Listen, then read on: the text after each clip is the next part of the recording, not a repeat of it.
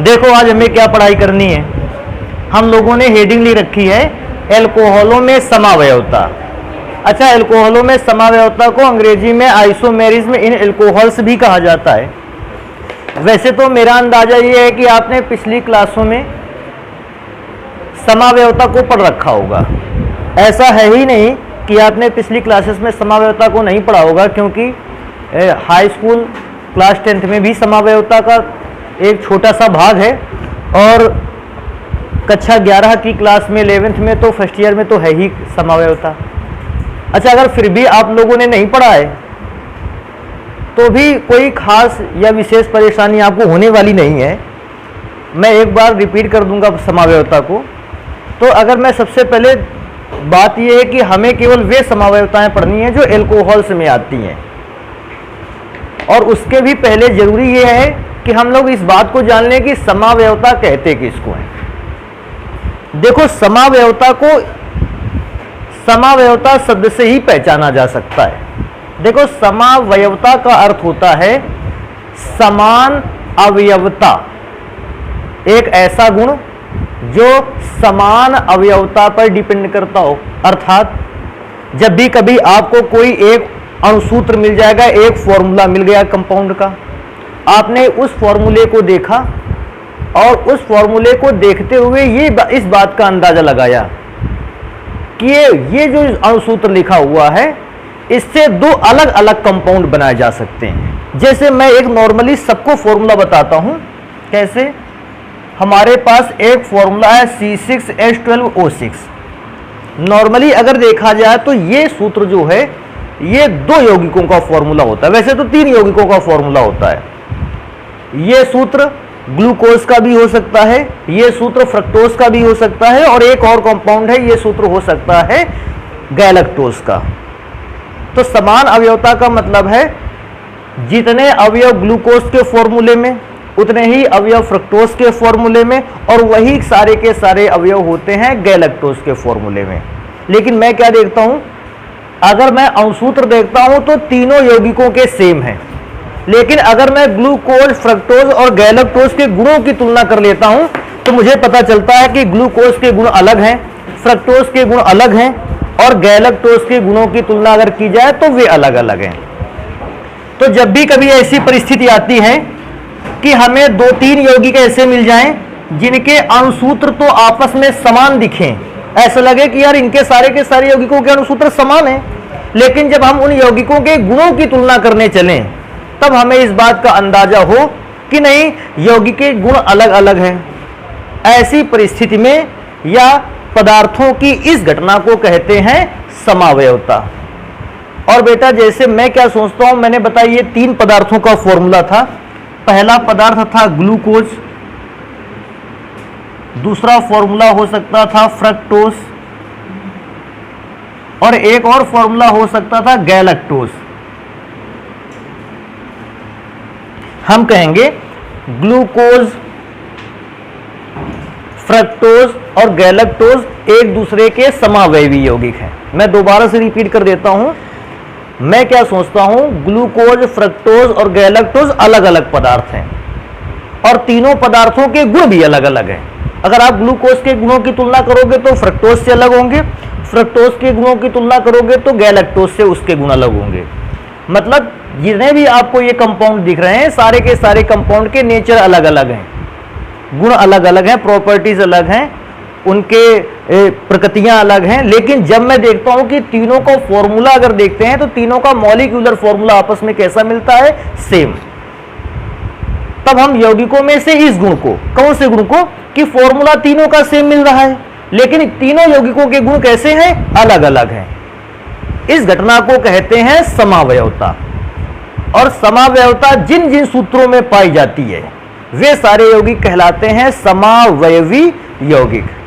तो समावयवता की पहचान ऐसे आसानी से की जा सकती थी कि जब आपको 2 या 2 से अधिक यौगिक ऐसे मिलने लगे जिनके अणुसूत्र समान हो, लेकिन जब हम उनके गुणों को चेक करते हैं, गुणों की तुलना करते हैं, तो उनके गुण एक दूसरे से अलग अलग पाए जाते हैं। इस घटना को कहते हैं समावयवता। अब ये तो समावयवता की बात हो गई।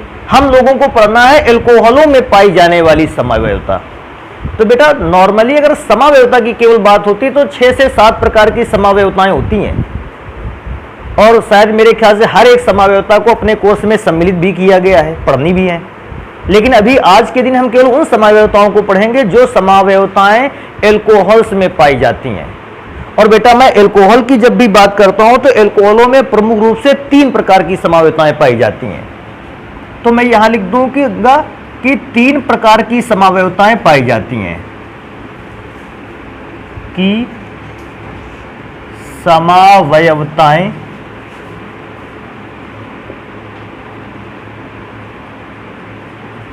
पाई जाती हैं।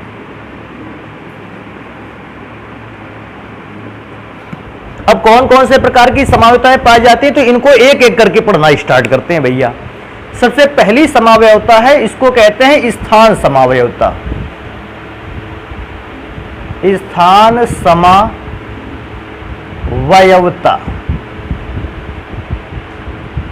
अगर इसको ध्यान से देखें और अंग्रेजी में पढ़ने की कोशिश करें तो भैया इसको प्लेस आइसोमेरिज्म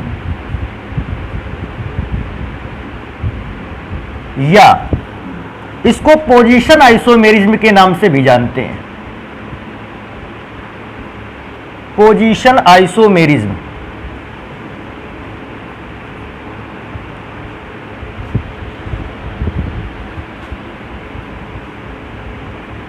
अब कोई भी समावयवता हो भैया, मैं क्या सोचता हूं, समावयवता की परिभाषा को लिखने से पहले एक लाइन तो हमेशा के लिए याद कर लो। कहीं पर शब्द समावयवता लिख कर आ जाए भैया, आधी लाइन तो पहले से तैयार कर लो। क्या आधी लाइन तैयार करके रखनी है? मैं सबसे पहले देखो यहां लिखे देता हूं, ये लाइन तैयार करके रखनी है जब 2 या 2 से अधिक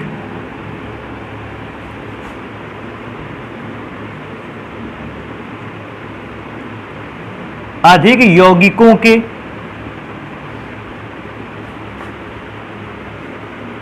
के अणुसूत्र आपस में समान होते हैं। मतलब आप कोई यौगिक लाते हो, आप ऐसे 2-3 यौगिक लाते हो जिनके अणुसूत्र देखने में आपस के कैसे लगते हैं, एक समान लगते हैं। अणुसूत्र आपस में समान होते हैं।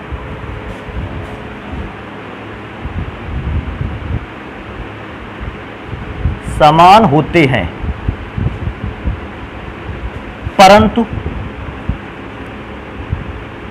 उनमें उपस्थित अर्थात उन सूत्रों में पाए जाने वाले, उनमें उपस्थित या उनमें प्रेजेंट क्रियात्मक समूह, क्रियात्मक समूह। और बेटा कोई पूछेगा कौन से क्रियात्मक समूह की बात हो रही, क्योंकि हम लोग समावयवता एल्कोहलों में पढ़ रहे हैं, तो क्रियात्मक समूह होता है सिंगल बॉन्ड OH का स्थान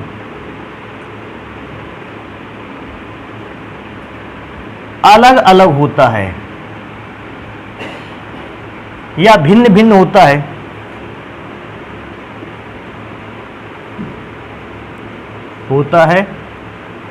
तो यौगिकों में इस घटना को या इस समावयवता को ऐसा भी लिख सकते हैं, तो यौगिकों में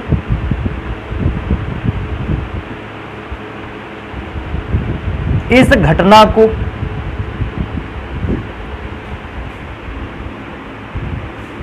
स्थान समावयवता कहते हैं।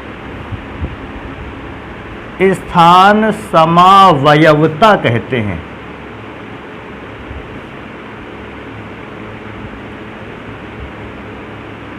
अच्छा, ये तो बात हो गई कि स्थान समावयवता किसको कहते हैं।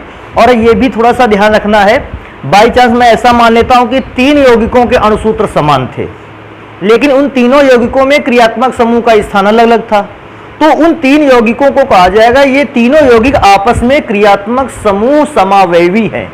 ये भी ध्यान रखना है कि वो तीनों फॉर्मूले जो आपको मिल रहे होंगे, आप कहोगे ये तीनों यौगिक जो हैं एक दूसरे के क्रियात्मक समूह समावयवी हैं। तो मैं इस बात को भी अगली लाइन पे बढ़ा देता हूं, क्या, तथा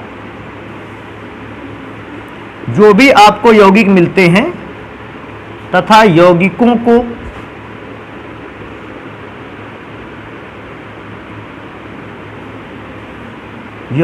को थोड़ा सा ध्यान रखिएगा, स्थान समावयवी बेटा कहेंगे, स्थान समावयवी कहते हैं। तो जैसे जैसे यौगिकों में स्थान समावयवता पाई जाएगी उन यौगिकों को हम बताएंगे ये एक दूसरे के स्थान समावयवी हैं। अभी सबसे बड़ी बात है कि इसको समझने के लिए हमें चाहिए कम से कम एग्जाम्पल एक। तो स्थान समावयवी में एक बात और ध्यान रख लेना कि जब भी अल्कोहल का नेचर आता है कम से कम 3 कार्बन वाला अल्कोहल तो चाहिए ही चाहिए, क्योंकि 3 कार्बन से अगर कम कार्बन वाला अल्कोहल होगा तो वो स्थान समावयवता को प्रदर्शित नहीं करता है। तो एक तो सबसे पहली बात ये अपने दिमाग में बंद करके रख लेना है पूरी तरह से कि अगर किसी अल्कोहल में जो कि कार्बन परमाणुओं की संख्या 3 से कम रखता है, अर्थात या तो 1 रखता है या तो 2 रखता है, ऐसा अल्कोहल पर स्थान समावयवता पाई नहीं जाती है। कम से कम पहली बार स्थान समावयवता की गणना तब की जा सकती है जब बेटा 3 कार्बन वाला अल्कोहल हो। और 3 कार्बन वाले अल्कोहल का अगर मैं मॉलिक्यूलर फॉर्मूला देखूं, अणुसूत्र देखूं, तो बेटा अणुसूत्र होता है, देखो मैं यहां लिख देता हूं, अणुसूत्र होता है बेटा C3H8O, ये मॉलिक्यूलर फॉर्मूला होता है। अब देखना है ध्यान से इस बात को कि हम स्थान समावयवी बनाएंगे कैसे। इससे मैं क्या सोचता हूं, या तो रट के रख लें, और रट के नहीं रखना चाहते तो भैया मैं क्या सोचता हूं, बनाने का तरीका सीख लो, और बनाने के तरीके सीख लिए तो ये फॉर्मूला चाहे जितना बड़ा दे देगा। मैं कहता हूं 10 कार्बन वाला भी अगर फॉर्मूला दे देगा बनाना आसान हो जाएगा आपके लिए। इसीलिए मैंने आज की क्लास केवल समावयवता के लिए रखी है मेनली। तो देखो बनाते कैसे हैं, कार्बन 3 वाला अल्कोहल बनाना है तो भैया कार्बन 3 वाले अल्कोहल के फॉर्मूले देखो कैसे बनाएंगे, पहला कार्बन, दूसरा कार्बन, तीसरा कार्बन, 3 कार्बन वाला क्योंकि अल्कोहल है। मैं सबसे पहले अल्कोहल में से देखो बता रहा था, उसमें से कहीं लिखा था क्रियात्मक समूह OH का स्थान अलग अलग होता है, तो मैं सबसे पहले क्रियात्मक समूह OH को यहां स्थान दे देता हूं। ध्यान रखने की जरूरत है, कार्बन की वैलेंसी तो 4 होती है, 4 संयोजकता या 4 वैलेंसी में 1 वैलेंसी तो बॉन्ड के थ्रू कनेक्टेड है, बाकी की 3 वैलेंसी को काहे से संतुष्ट करें, हाइड्रोजन से। अच्छा इस कार्बन पर आ जाते हैं, लेफ्ट और राइट दोनों ओर एक एक बॉन्ड है तो 2 वैलेंसी तो संतुष्ट है, 4 में से 2 वैलेंसी कार्बन की संतुष्ट हो गई, अभी 2 वैलेंसी बची है तो यहां क्या लिख दिया जाए, CH2। सेम पोजीशन इस कार्बन के लिए भी है कि भैया पहला बॉन्ड दूसरा बॉन्ड तो कनेक्ट है, अभी 2 संयोजकताएं और रही जाती हैं तो CH2 फॉर्मूला बनेगा। तो पहला फॉर्मूला तो ये बनाया जा सकता है। एक और फॉर्मूला बनाया जा सकता है, देखो कैसे बनाएंगे, कार्बन 3 की बात कर रहा तो फिर से 3 कार्बन रख लूं, लेकिन इस बार मैंने देखो लाइन पढ़ो उसको, जब 2 या 2 से अधिक यौगिकों के अणुसूत्र आपस में समान हैं परंतु उनमें उपस्थित क्रियात्मक समूह OH का स्थान अलग अलग होता है, तो भैया अब इस बार स्थान OH का जो है वो चेंज कर देना है। सोचो चेंज करके कहां लाओगे, इस बार कॉर्नर वाले पे लगा था, 1 नंबर पे लगा था, अब किस नंबर पे लगा दें, दूसरे नंबर पर। जो दूसरा फॉर्मूला बना उसमें से OH दूसरे नंबर पर गया। अब वैलेंसी को कंप्लीट करेंगे, अब फिलहाल क्लास 10th से वैलेंसी को कंप्लीट करते चले आ रहे हैं, कर लेना अपना CH3 और यहां पर लगेगा H। ये 2 फॉर्मूले बने। हाँ अभी बच्चों के दिमाग में ऐसा क्वेश्चन आ सकता है और आना भी चाहिए। क्या क्वेश्चन आ सकता है कि देखो सर जी पहली बार आपने यहां राइट वाले कार्बन पर लगा दिया, दूसरी बार मिडिल वाले कार्बन पर आपने हाइड्रोक्सिल ग्रुप या अल्कोहलिक समूह लगा दिया, अभी एक काम करें, एक और फॉर्मूला बनाकर तैयार करें जिसमें से ये जो अल्कोहलिक ग्रुप है वो लेफ्ट वाले कार्बन पर लग जाए। तो बेटा इन फॉर्मूलों में लेफ्ट राइट मायने नहीं रखता है, इन फॉर्मूलों में मायने क्या रखता है, देखो अगर मैं इस फॉर्मूले का नाम पढ़ता तो कार्बन 3 है, कार्बन 3 को बेटा हम नाम देते हैं प्रोपेन 1 ऑल। अच्छा 1 ऑल क्यों देते, क्योंकि प्रोपेन के सूत्र पर पहले नंबर पर OH ग्रुप लगा था, कार्बन 3 थे इसलिए प्रोपेन, और फिर इसके बाद 1 नंबर के कार्बन पर OH लगा था। इसके फॉर्मूले को पढ़ते तो भैया इसका एक नाम था प्रोपेन 2 ऑल। वैसे एक इसका नाम और याद होना चाहिए, इसका नाम था आइसोप्रोपाइल अल्कोहल, लेकिन अभी उसको नहीं लिखेंगे क्योंकि स्थान बताना है। अभी एक और फॉर्मूला बनाते, सोचते हैं थोड़ी देर के लिए ऐसा फॉर्मूला बन जाता, CH2 CH2 CH3 और बेटा यहां लगा देते OH। तो जरा ध्यान से देखो, ये वाला फॉर्मूला और ये वाला फॉर्मूला सेम है। अच्छा, सेम क्यों है? क्योंकि हम लोग कभी भी किसी यौगिक का नाम पढ़ते हैं उधर से जिधर क्रियात्मक समूह सबसे नजदीक होता है। तो इसमें नंबर डाला था 1 2 और बेटा इसको 3 नंबर डाल दिया था क्योंकि इधर OH ग्रुप नजदीक था। इस फॉर्मूले को नाम पढ़ते तो इसको 1 डालते, इसको 2 डालते, इसको 3 डालते। पूछता इधर से नंबर क्यों डाला सर जी, इस बार उल्टा डाल दिया। बेटा यहां पर OH ग्रुप नजदीक है और इसका भी नाम पढ़ते तो बेटा प्रोपेन फर्स्ट ऑल बनता। और ध्यान से देखो यार, प्रोपेन फर्स्ट ऑल तो एक बार तुम बना चुके हो। तो कभी भी C3H8O के लिए अगर आएगा तो आप बताओगे इसके स्थान समावयवता के आधार पर 2 समावयवी बनाए जा सकते हैं। पहला propane first all and other is propane 2 all. अभी एक और चीज देखते हैं, एक और एग्जाम्पल पढ़ लेते हैं इसमें से। जैसे मेरे पास बेटा एक और एग्जाम्पल आया है, एग्जाम्पल नंबर 2, इसको एग्जाम्पल नंबर 1 बना देते हैं। देखो एग्जाम्पल नंबर 2 क्या है। एग्जाम्पल नंबर 2 है बेटा, मेरे पास कार्बन दिए गए हैं 5, हाइड्रोजन 12, ऑक्सीजन 1 दे दिया गया। ये मेरे पास फॉर्मूला दिया गया, कहता है इस फॉर्मूले पर ये अल्कोहल का फॉर्मूला है और आपको कौन से समावयवी बनाकर तैयार करने हैं, स्थान समावयवी। अभी बनाकर तैयार करते हैं। सबसे पहली बात तो कितने कार्बन वाला एल्किल ग्रुप बनाना है, 5। देखो बनाते हैं पहला फॉर्मूला, 1 2 3 4 5। इसमें से OH कहां रखेंगे, पहली बार सबसे कॉर्नर वाले पर। दूसरा एक और फॉर्मूला बनाते हैं 5 कार्बन वाला, 1 2 3 4 5। इस बार OH जो रहेगा वो कौन से नंबर पे रहेगा, दूसरे नंबर पर। देखो स्थान ही तो चेंज करना है। अभी एक और फॉर्मूला बनाएंगे बेटा, जगह नहीं है नीचे बना लेते हैं। पहला कार्बन, दूसरा, तीसरा, चौथा और 5वां। इस बार OH कौन से नंबर के कार्बन पर रहेगा, तीसरे। अब ध्यान रखने वाली बात है, अगला फॉर्मूला बनाएंगे और जब कार्बन को चौथे नंबर पर लगाएंगे, पहले नंबर पे लगा, दूसरे नंबर पे लगा, तीसरे नंबर पे लगा, और जब हम अगला फॉर्मूला बना रहे होंगे और आप कहोगे सर जी कार्बन को हाइड्रोक्सिल ग्रुप को चौथे नंबर पे लगा दो, ध्यान से देखो ये वाला फॉर्मूला दूसरे नंबर के फॉर्मूले से मैच कर जाएगा। कैसे मैच कर जाएगा, अभी देखो ऐसे ये फॉर्मूला रखा है और उसी फॉर्मूले को यूं पलट करके ऐसे रख दिया गया है। तो फॉर्मूले को पलट देने से फॉर्मूले में कोई चेंज नहीं आता है। ऐसा नहीं कि जो लेफ्ट पे था राइट पे कर दिया फॉर्मूला चेंज हो गया। लेफ्ट और राइट का फॉर्मूला चेंज केवल एक ही परिस्थिति पर माना जाता है, जब प्रकाशिक समावयवता भाग लेती है। और यहां प्रकाशिक समावयवता का कोई भी फॉर्मूला है ही नहीं, या प्रकाशिक समावयवता को थोड़ी हम पढ़ रहे हैं। तो ये बात विशेष ध्यान रखनी है कि 5 कार्बन वाले का एल्कोहल का अगर आप बनाते हो स्थान समावयवी, 3 फॉर्मूले बनते हैं। कौन कौन से नंबर पर, पहले नंबर पर, दूसरे नंबर पर, तीसरे नंबर पे और चौथे नंबर पर मत यूज करना, क्योंकि चौथा नंबर ऊपर वाले के हिसाब से कौन सा नंबर है, दूसरा। तो भैया उस फॉर्मूले को हम लोग मिटा देंगे, और फॉर्मूले को मिटाओगे तो भैया इनमें हाइड्रोजन भर लेते हैं, हाइड्रोजन 2, हाइड्रोजन 2 और बेटा यहां भी हाइड्रोजन 2। इनको लिखना स्टार्ट करते हैं, हाइड्रोजन 3 2 2 1 और यहां 3। और बेटा इसको भी लिख लेते हैं, CH3 CH2 CH CH2 CH3। इनके नाम पूछता है, नाम क्या बताएंगे। देखो कार्बन 5 है ना, तो कार्बन 5 को तो सबसे पहले भैया नाम दे देना है पेंटेन। और कितने नंबर पर OH लगा है, पहले ही नंबर पर लगा है, तो फर्स्ट ऑल।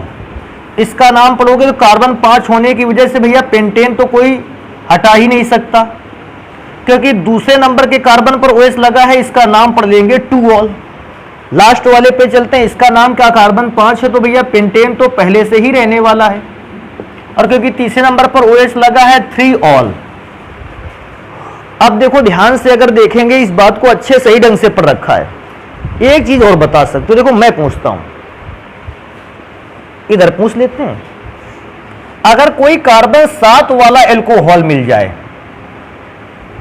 तो सोचो कितने फॉर्मूले बनाए जा सकते हैं। मैं क्या सोचता हूं, आप बिना फॉर्मूले बनाए भी सोच सकते हो। कार्बन कितने रखने हैं, 7, 1 2 3 4 5 6 7। अब देखो कितने फॉर्मूले बनाए जाते हैं, मैं देखो सोच के बताता हूं। पहला फॉर्मूला तब बनाया जा सकता है जब एल्कोहलिक ग्रुप को कहां पर लगा दिया जाएगा, पहले नंबर पर। यह पहला फॉर्मूला हो गया। दूसरा फॉर्मूला बन सकता है दूसरे नंबर पर, फिर तीसरे नंबर पर, फिर चौथे नंबर पर, लेकिन पांचवें पर मत लगाना। क्यों? जैसे ही पांचवें पर लगा दोगे इधर से कौन से नंबर पर हो जाएगा, तीसरे पर, और तीसरे नंबर पर तो हम बना ही चुके थे। तो इस प्रकार से आप फॉर्मूलों की पहचान आसानी से कर सकते हो कि कार्बन 7 वाले फॉर्मूले पर 4 स्थान समावयवी बनाए जा सकते हैं। अब जो भी फॉर्मूला आएगा 7 कार्बन का आएगा, 8 का, 10 का आएगा, बस आपको इतना ध्यान रखना है कि एक ओर से हाइड्रोक्सिल ग्रुप को लगाना है। एट लास्ट जैसे ही पता चल जाए कि भैया अब हाइड्रोक्सिल ग्रुप हमारी ओर से नहीं बल्कि दूसरी ओर से नजदीक होने लगा है, वहीं फॉर्मूले को रोक देना है। तो एक काम करेंगे, इनको जल्दी से नोट करेंगे और फिर इसके बाद पढ़ते हैं अगले प्रकार की समावयवता को। बेटा अगले प्रकार की समावयवता है श्रृंखला समावयवता। श्रृंखला समावयवता को चेन आइसोमेरिज्म भी बोलते हैं। और बेटा परिभाषा में कोई भी परिवर्तन नहीं है, मात्र परिवर्तन कितना है, मैं थोड़ा सा लाइन ड्रॉ कर देता हूं, ये परिवर्तन है थोड़ा सा, बस इतना ही भाग में। क्या ये सूत्र तो हमेशा चीजें लिखनी है क्या? जब 2 या 2 से अधिक यौगिकों के अणुसूत्र आपस में समान होते हैं, ये वाली बात तो हमेशा लिखनी है। और इनमें से ये बात भी लिखिए, परंतु उनमें उपस्थित कार्बन परमाणुओं की श्रृंखला। भैया यौगिक में से श्रृंखला जो होती है वो कार्बन परमाणुओं की होती है, और कार्बन परमाणुओं की श्रृंखला कैसी गई होती है, अलग अलग।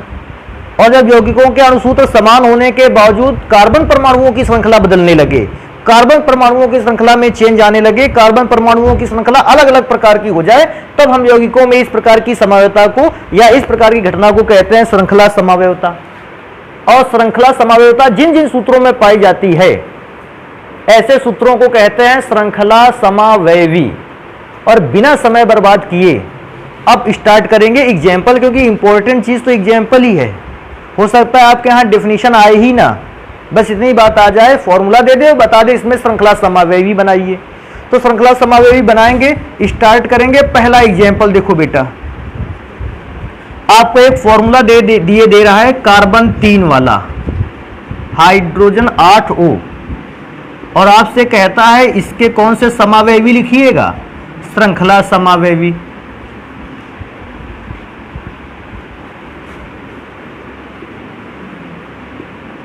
तो इस प्रकार से बेटा आपके पास एक क्वेश्चन आया कि आपको क्या करना है, इस फॉर्मूले के श्रृंखला समावयवी लिखने।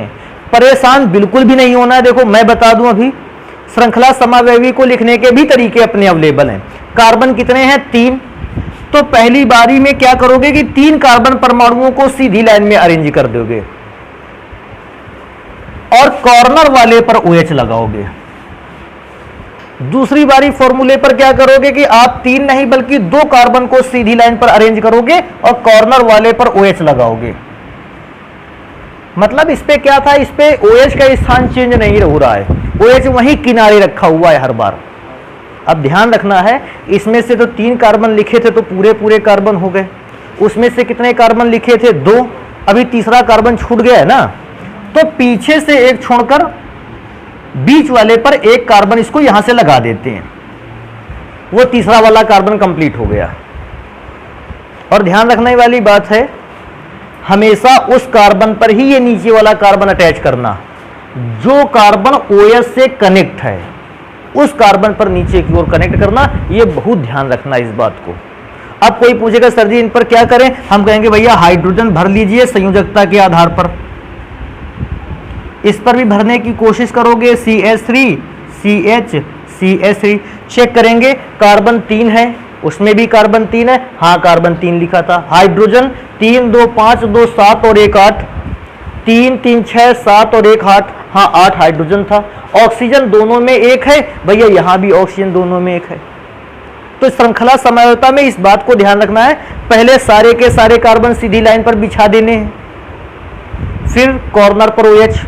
दूसरा सूत्र कैसे बनाएंगे कि सारे के सारे कार्बन में से एक कार्बन कम करेंगे, उसको सीधी लाइन पर बिछाएंगे, और वो जो एक कार्बन कम किया है वो जिस कार्बन पर OH लगा है उस कार्बन से नीचे लटका देना है। ये दूसरा फॉर्मूला बन गया।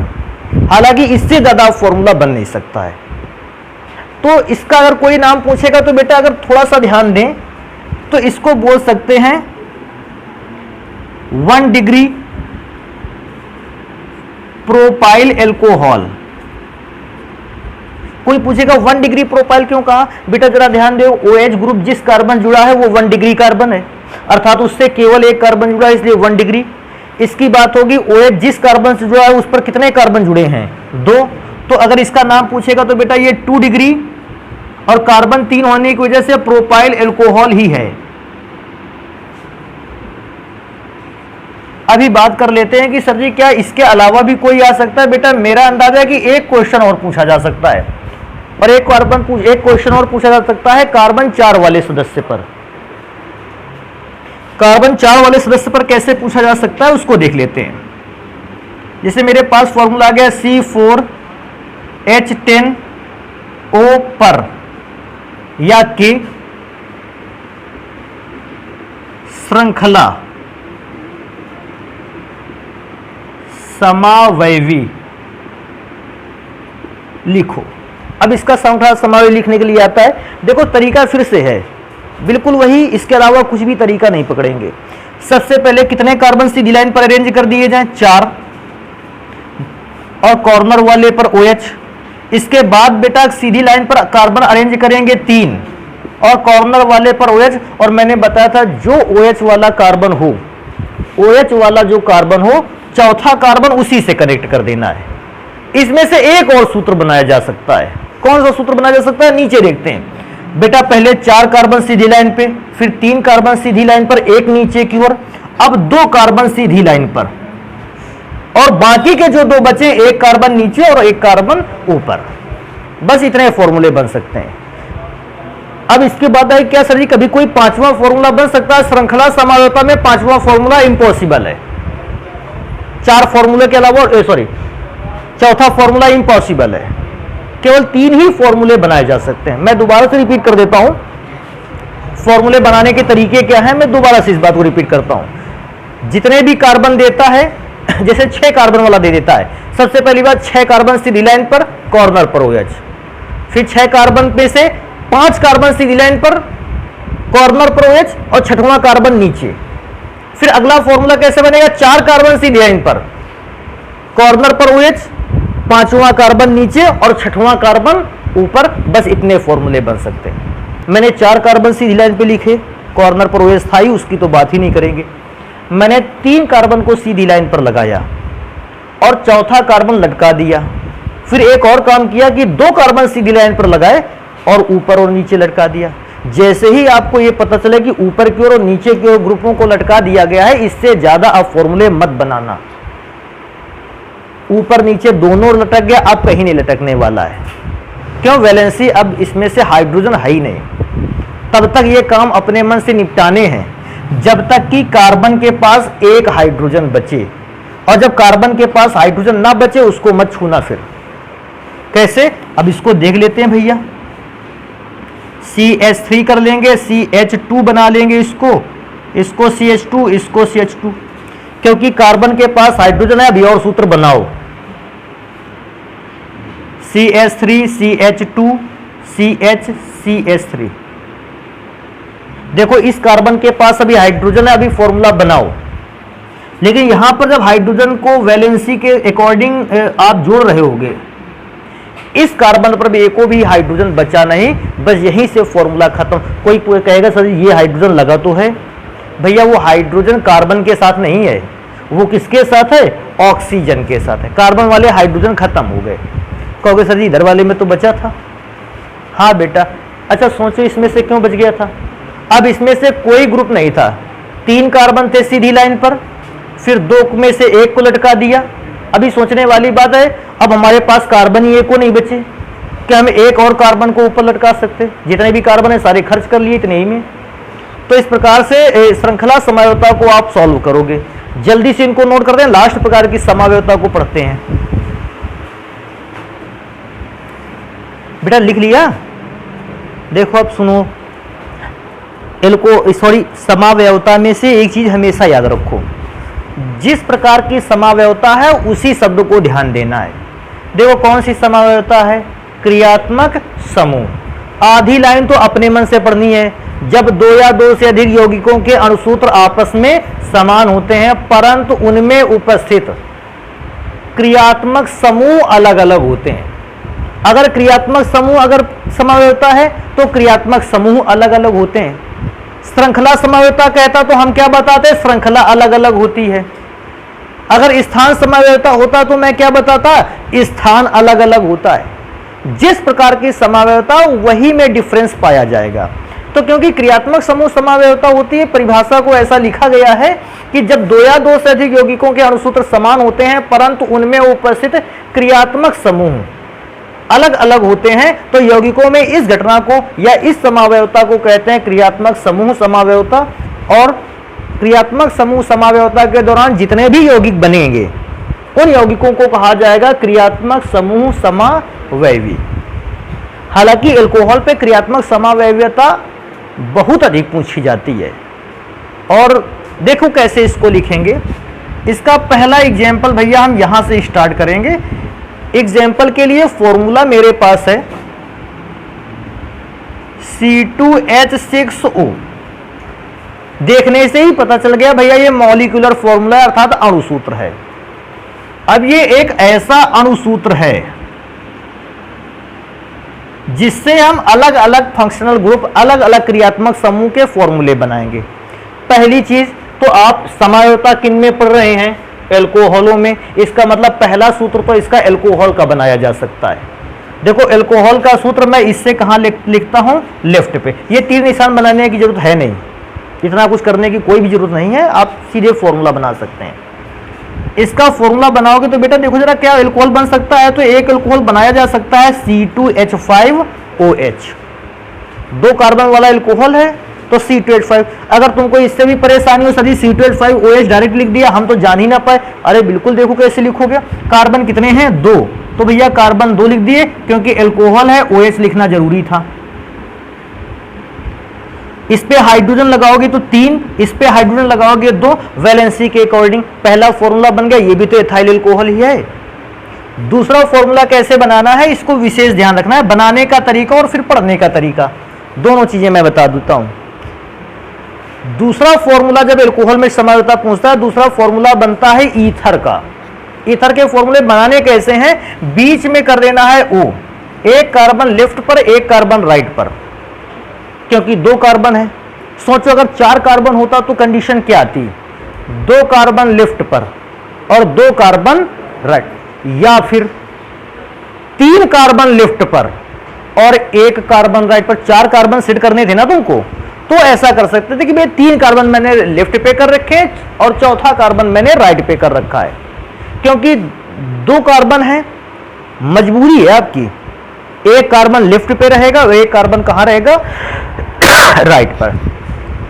3 कार्बन वाला फॉर्मूला दे देता। देखो मैं क्या सोचता हूं, मैं बता देता हूं। 3 कार्बन वाले पर फिर से तुम्हारी मजबूरी हो जाती, ऑक्सीजन तो बीच में रहता, एक तरफ 2 कार्बन करने पड़ते और दूसरी ओर कितना कार्बन करना पड़ता, 1।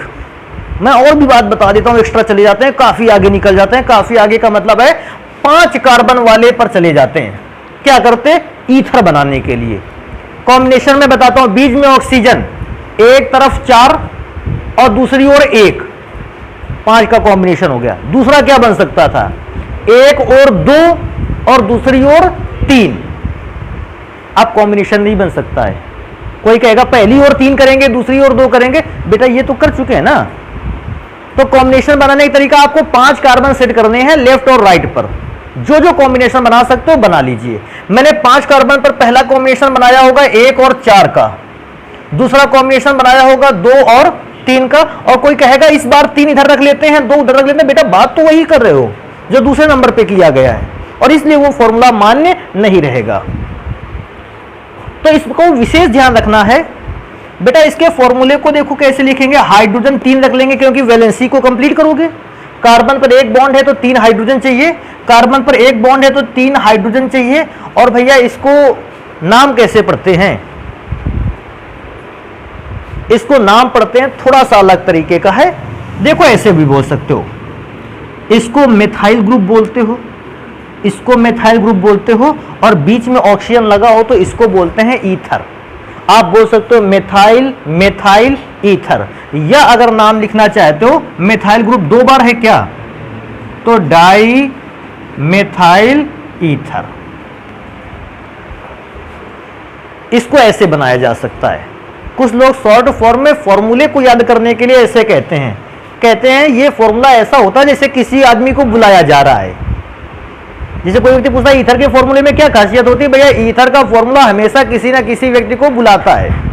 जैसे सोचो एक व्यक्ति का नाम है मेथिल, देखो क्या लिखा है तुमने, उसको बुलाया है तुमने, मेथिल, ओ मेथिल, नहीं बुला रहे हो तुम लोग। किसी को बुलाते हो कैसे बुलाते हो, नाम लेते हो, कहते हो मेथिल, ओ मेथिल इधर आओ भाई, तो ये उसी का फॉर्मूला बुलाया गया है भैया। अच्छा इसका नाम क्या था, इसका नाम तो पूरी दुनिया जानती है, एथाइल एल्कोहल। एक और भैया सूत्र देख लेते हैं, कभी कभी एग्जाम्पल नंबर 2 की भी जरूरत आ सकती है। देखो इस बार मॉलिक्यूलर फॉर्मूला यहां लिखेंगे C4H10O। अब इसके 2 सूत्र बनाने हैं, तो भैया एक काम कर लेंगे, कार्बन 4 वाला एल्कोहल इधर लिख लेंगे और फिर ईथर उधर लिखेंगे। अच्छा या तो 4 कार्बन वाले में से 4 कार्बन लिखते घूमो, अरे तो मैं क्या कहता हूं सीधे C4H9OH। इसको कौन सा एल्कोहल बोलते हैं, ब्यूटाइल एल्कोहल। तुम्हें इच्छा लगे चारों कार्बन अलग अलग लिख दो, फिर OH लगा देना, जैसे तुम्हें डर लग रहा हो इस फॉर्मूले से अलग अलग कर लेना। बेटा दूसरा फॉर्मूला बनाना है, कॉम्बिनेशन 2 प्रकार का बन सकता है। वैसे 4 कार्बन वाले पर क्या बन सकता है, बीच में ऑक्सीजन कर दिया जाए। फॉर्मूला मैं क्या सोचता हूं, ऑक्सीजन के 2 कार्बन इधर बनाए जा सकते हैं, बाकी 2 कार्बन उधर बनाए जा सकते हैं, पहला फॉर्मूला। या फिर ऑक्सीजन के 1 और 3 कार्बन कर लेते हैं, ऑक्सीजन के दूसरी ओर कितना कार्बन कर लेते हैं, 1, 4। इन दोनों ही परिस्थितियों पर बन सकता है। दोनों फॉर्मूले बनाकर आना, कोई एक फॉर्मूला बना करके आना है, ये आप पर डिपेंड करेगा आप कौन सा बनाना चाहते हैं। मैं भी सोचता हूं कि 4 कार्बन है, 2-2 का आला हिस्सा बना देते हैं, तो C2H5, C2H5। बेटा नाम कोई पूछेगा तो इसका क्या बताओगे, एथाइल ग्रुप 2 बार है क्या, तो नाम हो जाएगा डाई एथाइल ईथर। इसको भी कैसे बुलाओगे, एथाइल, ओ एथाइल, फॉर्मूला बन गया जाके। कॉम्बिनेशन समझ पा रहे हो, कॉम्बिनेशन ये आपकी मर्जी का बनता है, और जो आप अपनी मर्जी से बना करके आते हो कॉम्बिनेशन, क्वेश्चन पेपर में वही वाला सही मान लिया जाता है फिर आपका आंसर। तो इससे परेशान नहीं होना है कि उनको लिखने का लिए आया था तो हमने 2 कार्बन वाला लिखा और हमारे दोस्त ने 4 कार्बन वाला लिख दिया, तो नंबर आप कार्बन एटम बढ़ा दिए तो नंबर भी ज्यादा मिलेंगे, कुछ फर्क नहीं पड़ता है। आपको अगर एग्जाम्पल लिख कर आना है तो एक एग्जाम्पल बेटर है। हाँ, एग्जाम्पल तब आपके मन का नहीं होता जब आपको सीधे क्वेश्चन मिल जाता है। क्या मिल जाता है, C4H10O के क्रियात्मक समूह समावयवियों को लिखो, भैया तभी आपके पास फॉर्मूला C4 वाले का ही है, फिर आप C2 वाले का लिख करो मत आइएगा, फिर आपसे जो डिमांड किया जाए वो लिखिएगा। तरीका समझ गए हो, इसको नोट कर लेते हैं। एल्कोहलों में इतने ही प्रकार की समावयवताएं पाई जाती हैं, तो इनको नोट कर लेते हैं। और नेक्स्ट क्लास में हम लोग पढ़ेंगे कि अगर किसी मोनोहाइड्रिक एल्कोहल का निर्माण करना हो तो उसके निर्माण की कितनी विधियां हैं। हमारा अंदाजा है कि ये एल्कोहलों के निर्माण की विधियां कम से कम 2 दिन का आर्टिकल होता है, क्योंकि बहुत सारी रासायनिक अभिक्रियाएं उसमें उपस्थित हैं। तो अब 2 दिनों के लिए हम लोग के लिए शायद मेरे ख्याल से यही चीजें पढ़ते रहेंगे कि एल्कोहलों को कैसे बनाया जाए। इसको नोट कर लेते हैं, मिलते हैं नेक्स्ट क्लास पे।